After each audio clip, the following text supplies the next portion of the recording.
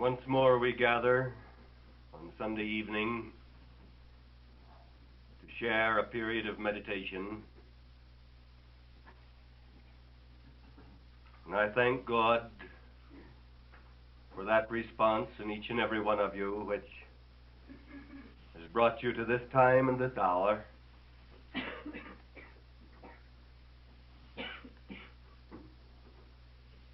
And tonight,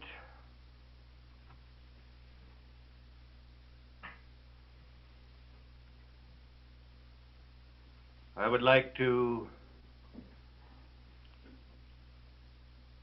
share with you a period of meditation on one of the most significant of the secrets of being in the series which we have been considering together.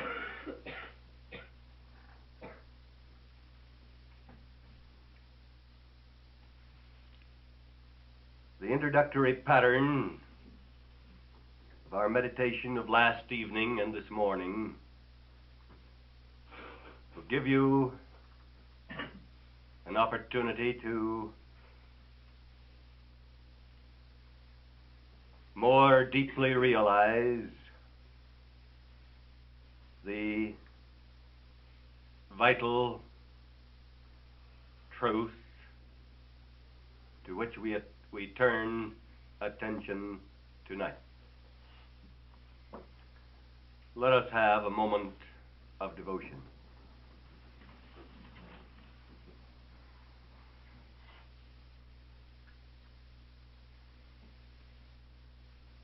Our gracious Lord and Holy King,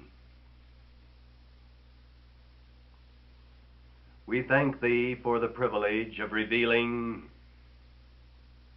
by our lives, by our attitudes, by words and deeds, that Thy name is hallowed to us. And we would, in every moment of every day, reveal our dedication to the great cause of sharing in the coming of Thy kingdom, that its manifestation here on earth may permit Thy will to be done on earth in exactly the same way, with exactly the same results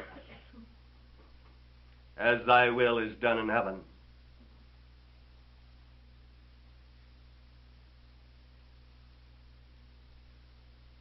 For Thine is the kingdom and the power and the glory.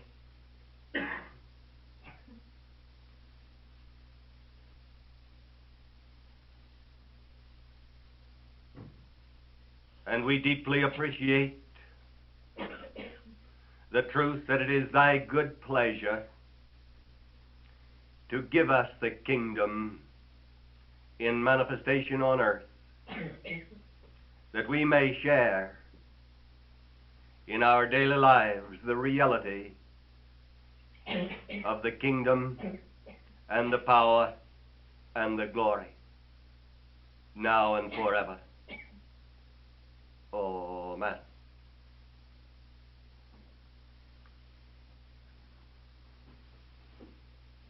In our two most recent periods of meditation,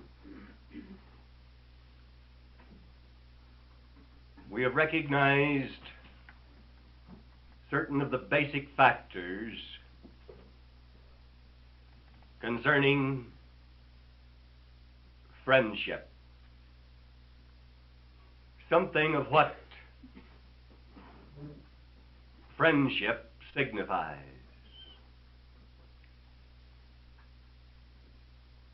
Something of the opportunity we have that we may be friends to God, even as God is a friend to us.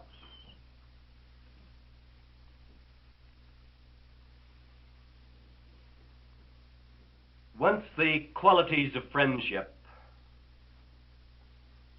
the capacities of friendship begin to develop in the individual,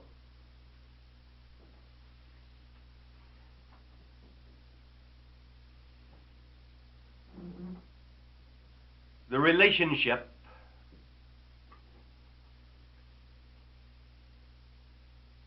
so established between God and us makes possible the divinely ordained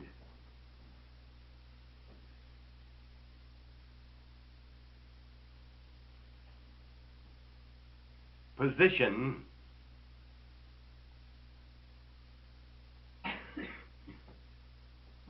for which man was first created. God created man in the image and likeness, the same design, the same principles, the same laws, the same capacities and qualities as are found in God himself, to the end that man might be the means by which God could reveal himself in action on earth, in relationship to the rest of creation.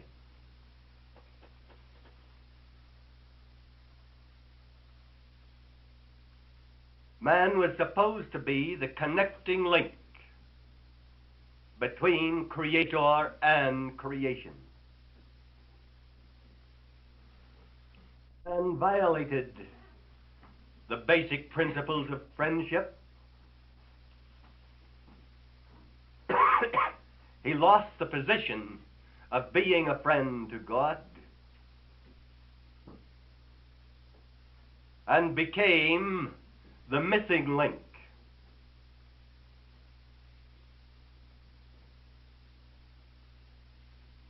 allowing the appearance of separation between heaven and earth.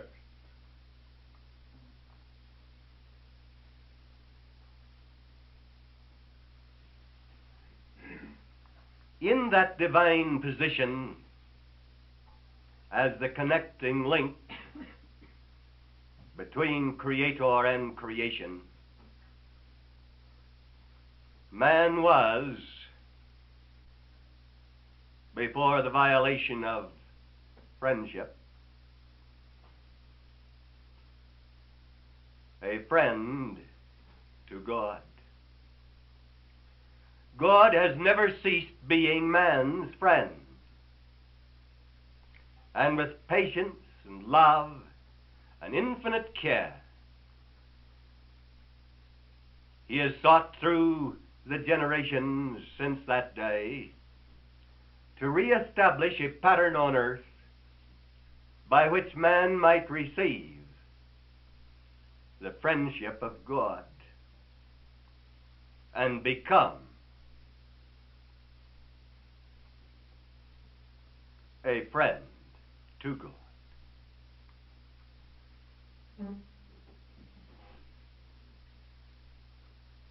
In the pattern of true friendship, not in the range of so-called fair weather friends, in the true pattern of friendship, there is always, without any exception, to whatever degree it may be experienced between human beings on earth, a particular quality of communion.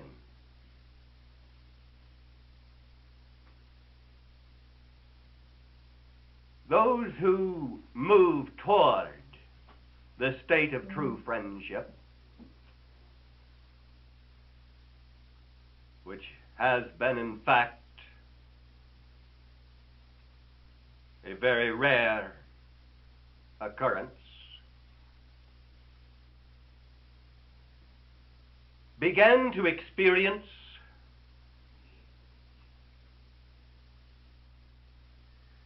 a state of communion, of vibrational companionship, which, though it might at times use words for the interchange of ideas, was not limited to words. For in friendship there is understanding, and there is a communion of spirit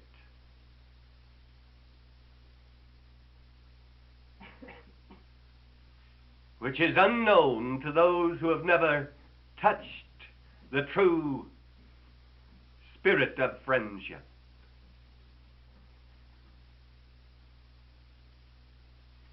A quality of comprehension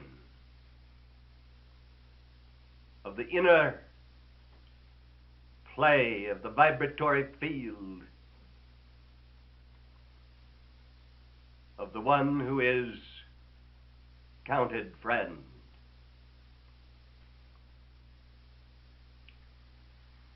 And this quality of communion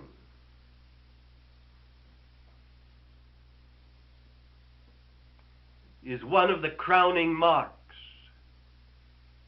of friendship.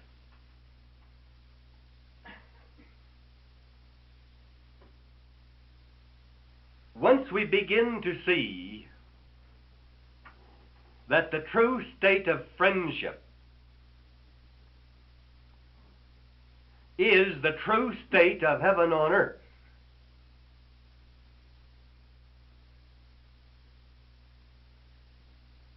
the idea of the kingdom of heaven being at hand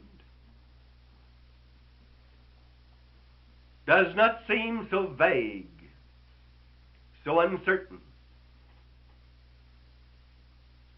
Once we begin to glimpse the reality of what friendship means, or what it means to be a friend to God,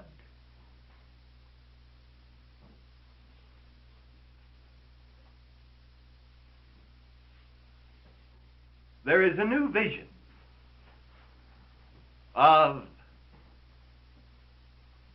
heavenly things made manifest. For we have noted that friends make no demands upon each other. God is our friend, and he does not make any demands upon us. He offers us something. He invites us to share something. But God makes no demands.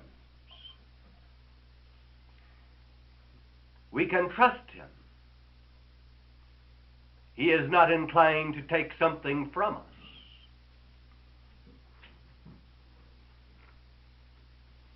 And we learn in the pattern of friendship to make no demands upon God.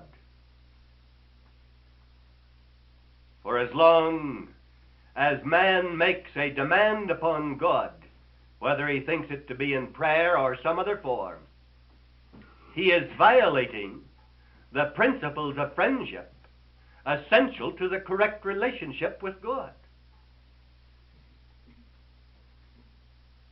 So as we begin to comprehend the principles of friendship, we make no demands upon God.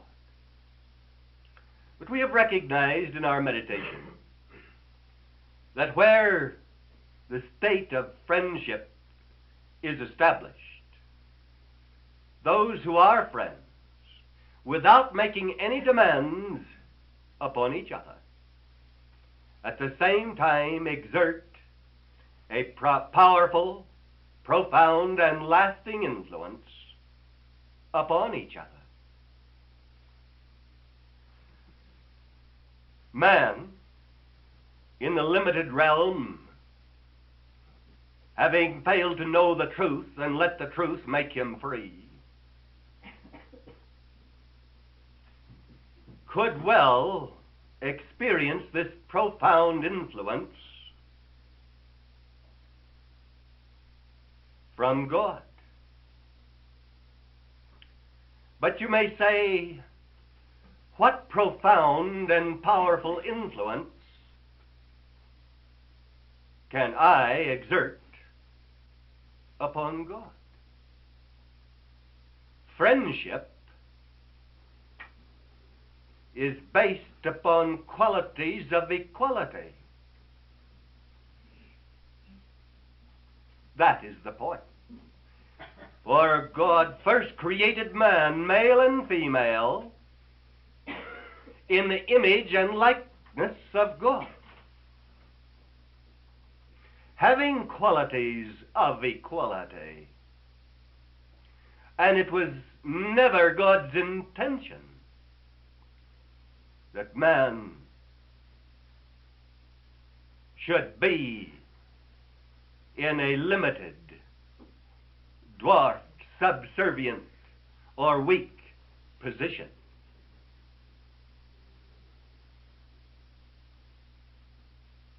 It was God's intention that man should be made manifest on earth as the image and likeness of God. We remember the word as it is written. And God said, let us, plural, let us make man after our image and after our likeness. And God did so. Male and female created he them.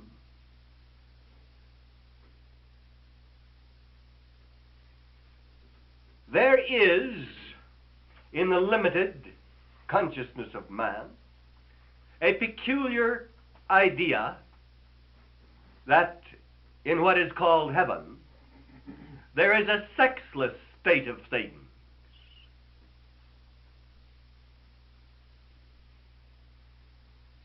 Angels are supposed to be creatures of neuter gender. This idea, developed out of ignorance and prejudice, has been one of the devil's chief weapons to keep people from drawing near to the throne of God. For the suggestion of a sexless state suggests to man, whether he thinks it out or not, that such a state would be a realm without any particular feeling, without any particular joys of being, without any particular productiveness, a realm of virtual meaninglessness.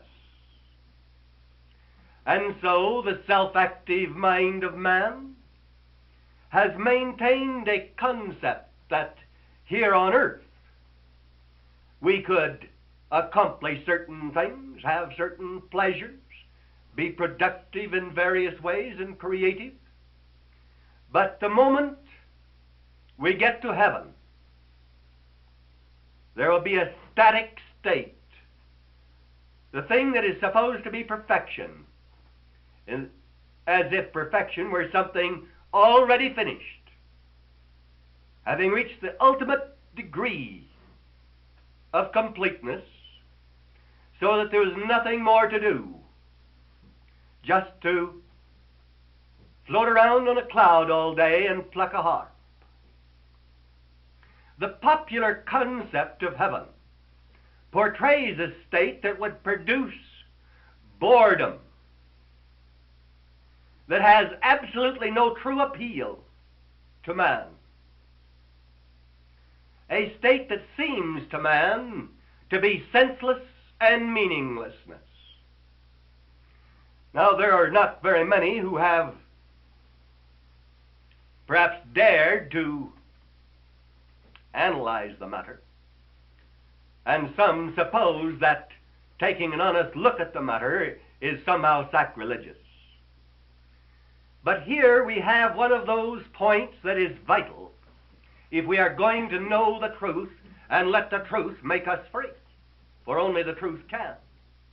And as long as the self-active mind of man can maintain in the consciousness of man this deplorable lie with respect to the heavenly state,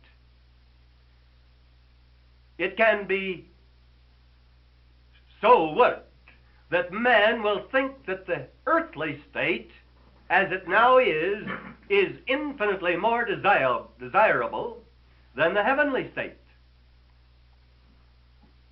The idea of sitting on a cloud and plucking a harp day after day, year after year, century after century, millennia after millennia, that is a picture of hell. Unmitigated hell. Boredom in the nth degree. So, by the very nature of the situation, we see that this is a lie about God. That this concept maintains a state of consciousness in man whereby he is not privileged to know God or to know the true state of things with respect to God.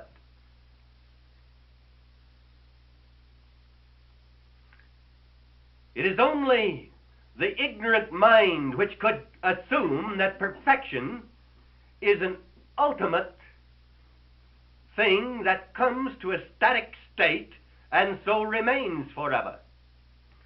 That very state would not be perfection. For perfection is right function under any given circumstance. Perfection in heaven would require right function in the heavenly state. And God is a creator. God never ceases creating. As long as human beings imagine that God was a creator for a few hours or a few days and then he quit, and he's going to spend the rest of eternity sitting on his throne and enjoying the obeisance of his creatures, we show that we do not know God. God is a creator, and God could no more stop creating than you could, by holding your breath, stop breathing. And there is no static state in eternity. We are in eternity. We couldn't get out of it if we tried to. We're in eternity now. And once we begin to realize with absolute certainty that our God is a creator, that he is continually creating, and that we are made in the image and likeness of God, then we too have the capacity to let the creative spirit work through us. Now let no one jump to the conclusion, as some have, that I am suggesting that man is limited to the procreative act in relationship to creativeness. I'm talking about a creative life, so that man begins to reach a point where every thought, every word, every act is dedicated under the control of the Spirit of God to creating something lovely, something beautiful, to bringing into manifestation something that carries a blessing to others or to the creation as a whole. Made in the image and likeness of God, it is our business to share the creative work of God. And God does not need us particularly in some other realm to share this creative work. God would like to have men and women on earth share the creative work. Right here. To the end that paradise may be restored. To the end that heaven and earth may be seen as one, which in fact they are. It is only an appearance that makes it seem to man that they are separated. Heaven and earth are one already, in fact. They have never been anything else. But man has not permitted heaven to manifest in relationship to himself. So man has thought to get out of the earth into heaven, instead of recognizing the divine principle of letting heaven get out of some invisible realm into the earth through himself. This is another of the basic falsehoods which has kept man bound down through the centuries. A false concept with respect to God, with respect to heaven. For man has thought that he had to get out of the earth, out of his body, into a heaven. When God created man with a body as a means by which the invisible heaven might be made visible in this realm of things. That man, made in the image and likeness of God, should share the creative work of God to make that invisible heaven visible on earth. And the fact that man stopped making heaven visible does not change the fact that heaven and earth are one and have always been. As the Master himself put it, the kingdom of heaven is at hand, available within reach, available to you. Once we begin to see that this quality of friendship was supposed to be on a basis of equality,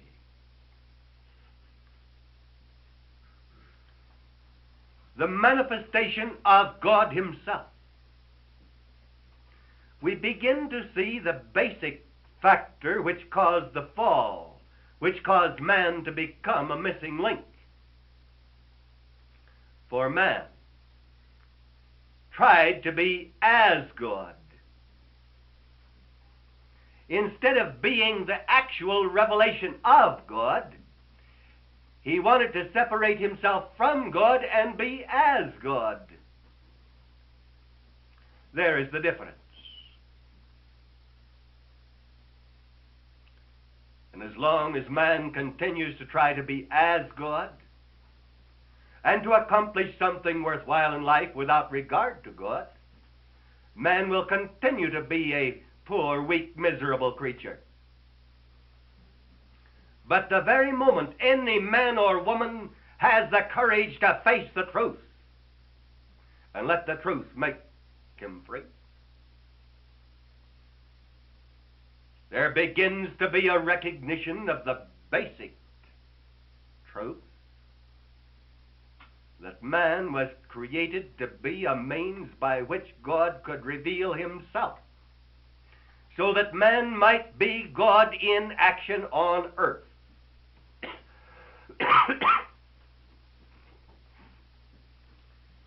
And we begin to see that friendship with God is possible. Friendship requires factors of equality.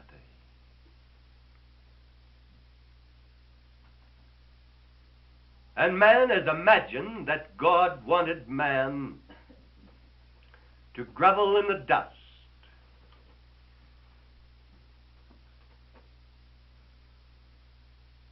man has interpreted meekness as weakness,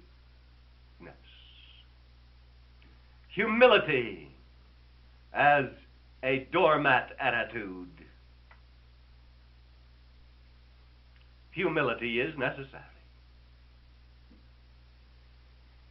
But only the strong can be humble. Look at a weak person, and you will never find humility.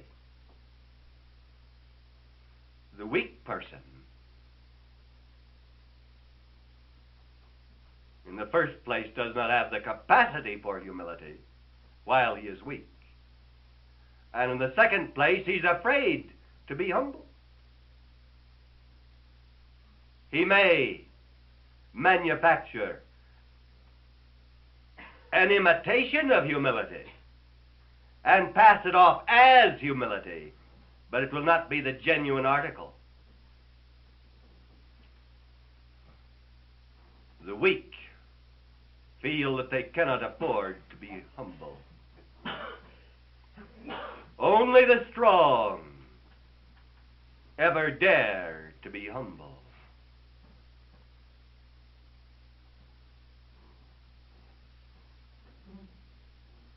And according to the biblical statement, Moses, one of the greatest leaders the world has ever known, was the meekest of men. Meekness does not properly suggest weakness.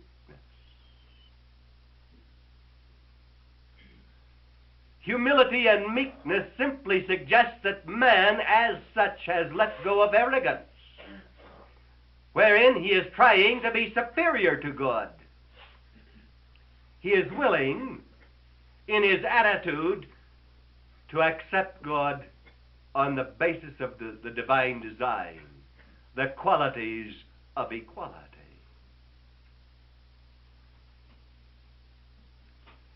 For once you begin to have the courage to face the facts, you find that man has been sustaining himself by a spirit of arrogance, which in actual fact took the attitude that God was inferior to man, at least insofar as this world is concerned. How many millions of good so-called Christians are there in the world who take the attitude that the power of God just isn't available to us anymore? God gave that power to the disciples back there when, and they could let some of the power of God manifest to heal people. But it's just a figment of imagination to imagine that God's power could actually heal anybody in this day and age. You know, we have to have the doctors, and we have to have the nurses, and we have to have antibiotics and a lot of other things. Man in this world is supposed to be superior to God.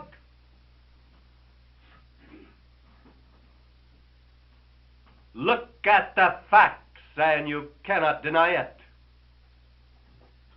And it is this arrogance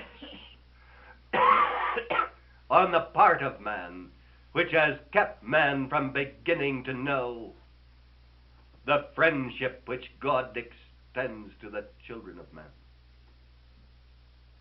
Let's stop trying to be superior to God, and let's begin to be willing to be what God intended us to be.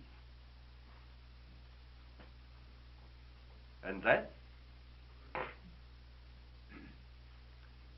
we can begin to know the fulfillment of life. Seeing these things and getting away from this insufferable arrogance that man has in his attitude toward God, man begins to reach a point where he is willing to say in his heart, perhaps God could do something on earth. Perhaps God's power could manifest on earth. Perhaps God could change things here on earth without our having to work out our own designs and carry out our own purposes in life. Perhaps God does know what he's talking about. Perhaps God's promises do have some meaning on earth, not just in some heaven of hereafter type. perhaps God could do something in your own life. And you do not have to do it all in your own strength and in your own wisdom until you're dead and go to heaven. It's just possible that if we begin to see humanity as it is, we will see that this insufferable, contemptible arrogance has put man in a position where he denies the possibility of the true working of the power of God in the lives of men in relationship to daily affairs. We see the threat to world peace in the godless tyranny of Soviet Russia. And man says, well, we'll set aside a day of prayer, yes, but you know, God couldn't actually do anything about this. We must of necessity build guns and bombs and so on. As long as man has the present state of consciousness, he'd better have the guns and the bombs, because even though they are a very poor substitute for the power of God in manifest action, they are better than nothing. And the godless do give some heed to guns and bombs. But the point is that if man were not so insufferably arrogant, if he would begin to be humble and stop trying to act as if he were superior to God, he would begin to enter into the pattern of friendship with God, and he would begin to have the privilege of communion with our friend, our Lord and King. The privilege of communion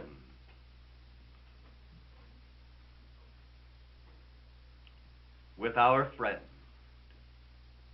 That communion does not always require words, although it may utilize words. Communion between friends is not limited by distance or space.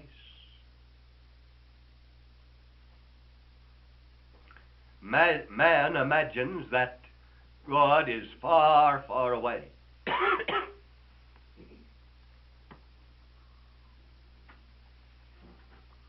He imagines that he could not possibly produce a state wherein there would be true communion with God. Some people try to order God about. I have heard many ministers on the pulpit do what they called praying, which in actual fact was a presumptuous, blasphemous attitude in which they were telling God what to do and how he should do it, making all kinds of demands upon God, as if the mastermind of man was necessary to direct divine activities in heaven in relationship to the earth. Such presumption, such blasphemous attitudes cannot be called prayer. And so man has failed to recognize what true prayer is. Millions of people do what they call praying, when in actual fact it is not prayer. It's blasphemous presumption. And they wonder why God doesn't answer their prayer. The simple point is they never prayed. They only thought they did. we should begin to learn how to pray, which is to say, we should reach a point of communion with our friend.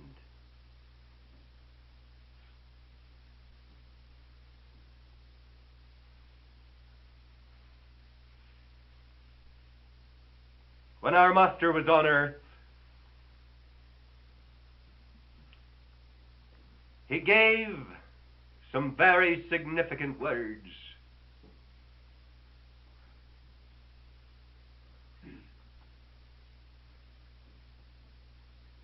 To us. They're ours as surely as if we had heard them spoken. And when thou prayest, thou shalt not be as the hypocrites are. Now, what is a hypocrite? A hypocrite is a person who tries to be something he is not. And any man or woman who has not entered into the pattern of true relatedness to God is a hypocrite. Anywhere. Because he is trying to be something that he is not.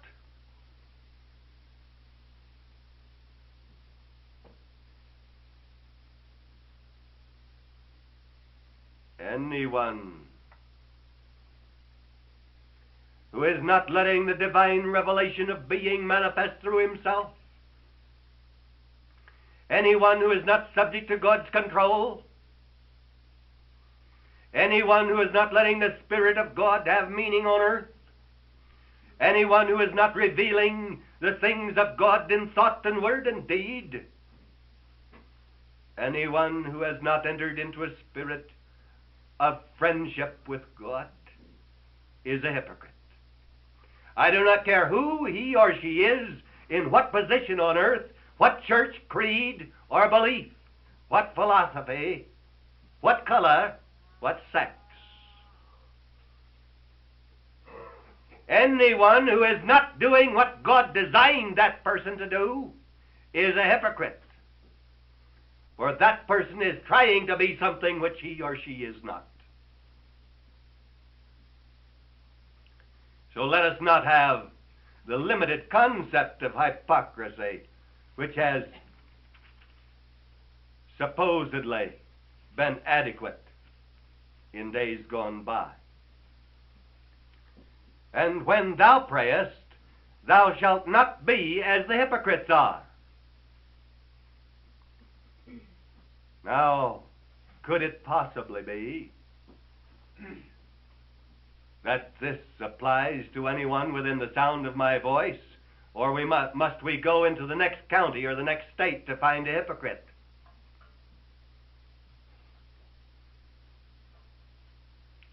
And when thou prayest, thou shalt not be as the hypocrites are, for they love to pray standing in the synagogues and in the corners of the streets, that they may be seen of men.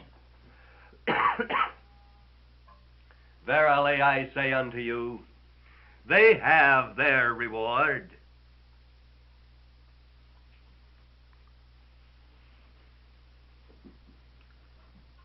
Verily, truly, they have their reward, and it doesn't come from God.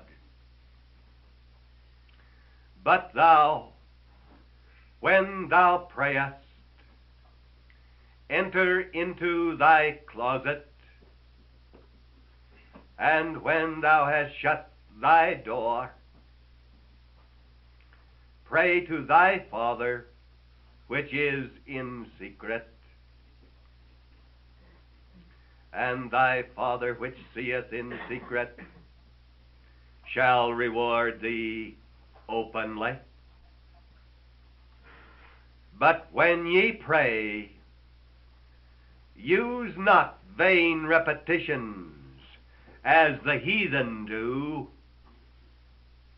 for they think that they shall be heard for their much speaking, or for their loud speaking.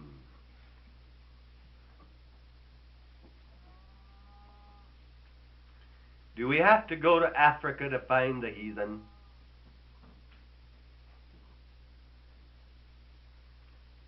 Do we have to go to China to find heathen? Most certainly not. The master's definition of the heathen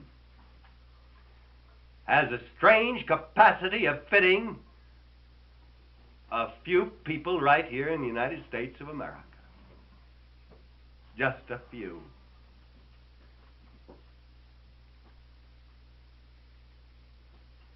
I wonder how many here have the courage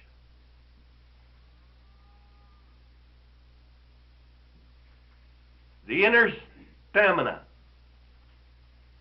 to dare to stop trying to apply these things to neighbor, so-called friend, acquaintance, husband, wife, someone else, and take an honest, personal look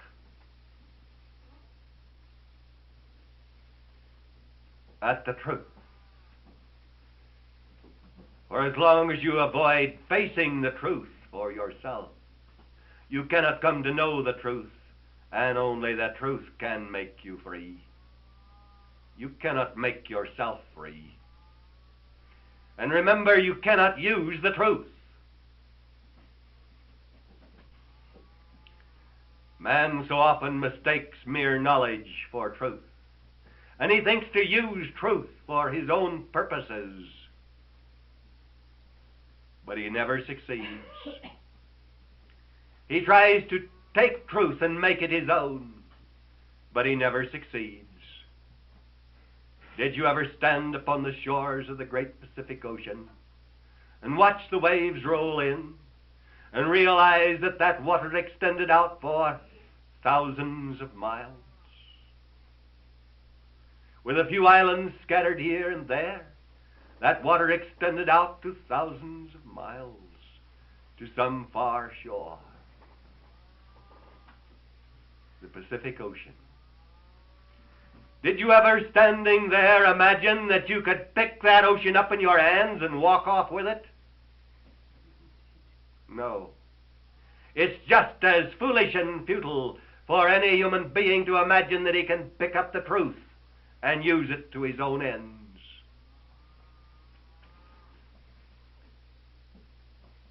Blessed ones, if you take a handful of the ocean and try to keep it, it soon runs away or evaporates. There may be a little residue, but it's gone. If you put some in a bottle or a jar or a cistern, it won't be of much value very long. You can no more take the truth and use it for yourself than you can take the Pacific Ocean and use it for yourself. You may swim in the ocean, but it is the ocean that's holding you up, not you holding the ocean up.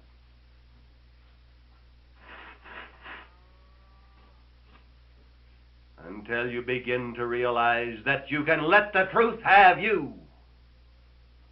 You can give yourself to the truth. But if you try to take the truth to yourself, it'll evaporate or slip away or become stagnant and be gone or useless. You can no more take the truth to yourself than you can take the oceans of the world to yourself.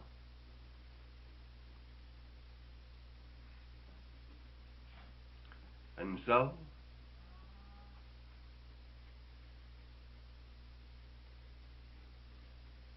trying to use truth leads into vain endeavor. Now, anyone who is dedicated to vain endeavor, to trying to do the impossible, is, according to the Master's word, a heathen. That's what he says here. But ye, when ye pray, use not vain repetitions, as the heathen do. All heathen are constantly using vain repetitions, not necessarily limited to words of the lips. Vain repetitions of act, trying to do something but never getting it done, trying to do the impossible in 1,001 ways, pouring one's life stream down the drain.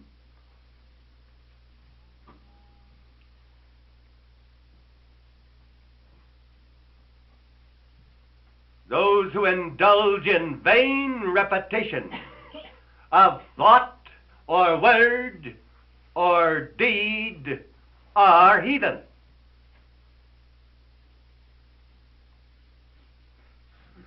Let's stop these vain repetitions. Did you ever work in vain for a given goal? Did you ever set yourself to some attainment and struggle hard, but work in vain?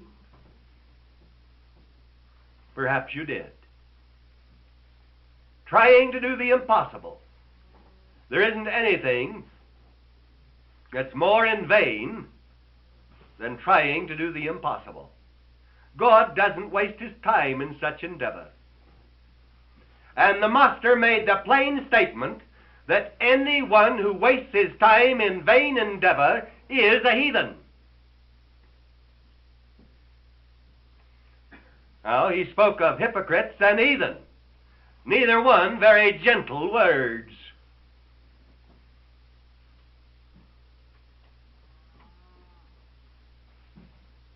Something very positive and penetrating. And how many of us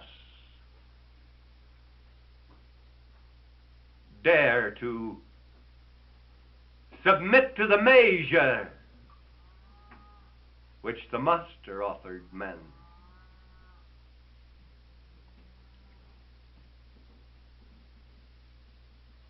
Blessed ones, once we submit to this measure and stop being hypocrites and heathen,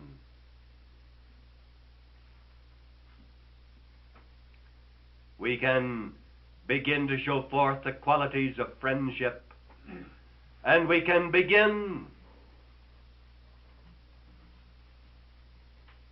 to receive the friendship which God offers to us. And we can begin to extend friendship to God.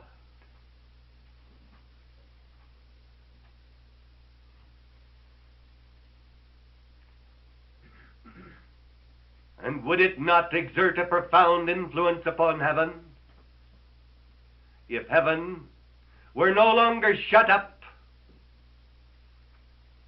and denied the opportunity of manifestation on earth? Selfish, self-centered, self-active human beings have kept heaven shut out of the earth long enough.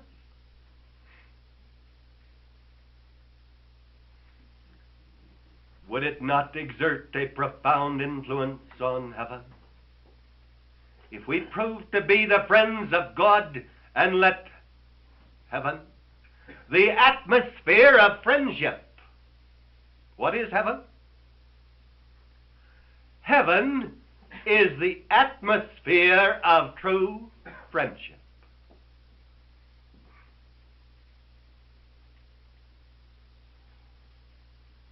And if we let heaven appear on earth,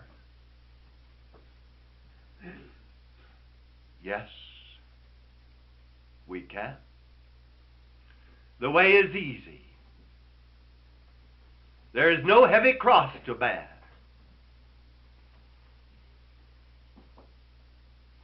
It is the only easy life available to man on earth.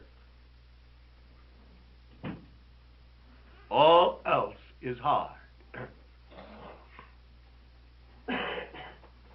And if anyone tells you that the spiritual life or the Christian life is a hard life, you can set that person down as an ignoramus, one who knows absolutely nothing about spiritual things.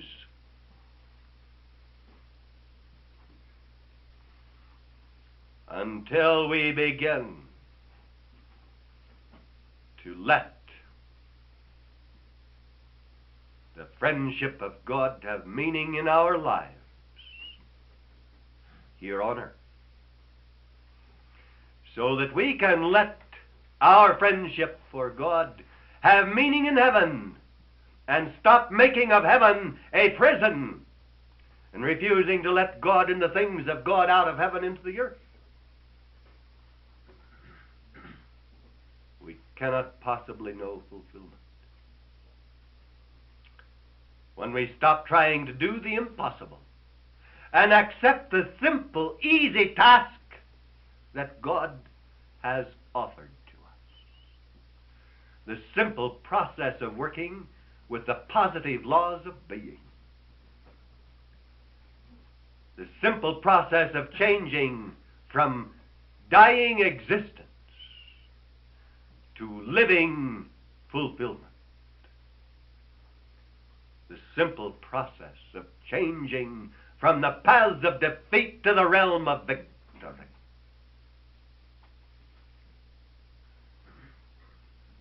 Simply accepting the invitation to be on earth the friends of God, that we may stop believing so many lies about God, stop having false attitudes toward God, and begin to be the friends of God.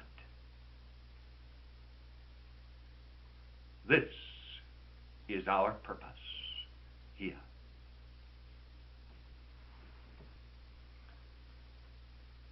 Our Father, who art in heaven,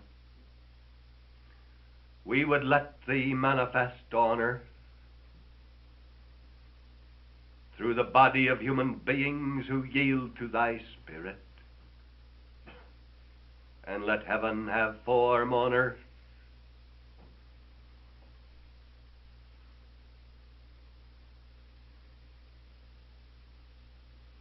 And let Thy power have meaning on earth, until all the self-active efforts of men shall be brought to naught, that the beauty of eternal truth may be revealed in the divine design established for all things whatsoever, and the control of the kingdom established in every design.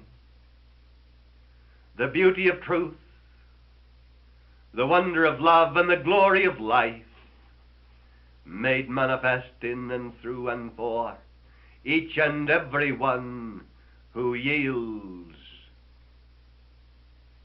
and sacrifices the unreal things of this world for the rich treasures of heaven made manifest on earth.